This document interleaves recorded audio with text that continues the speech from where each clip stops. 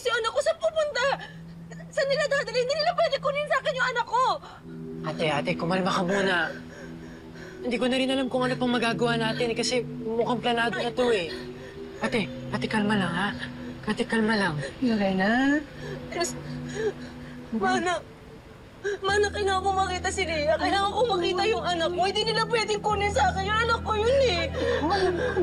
Kalma ka lang. Kalma ka lang. Kalma ka lang. May awa ang Diyos.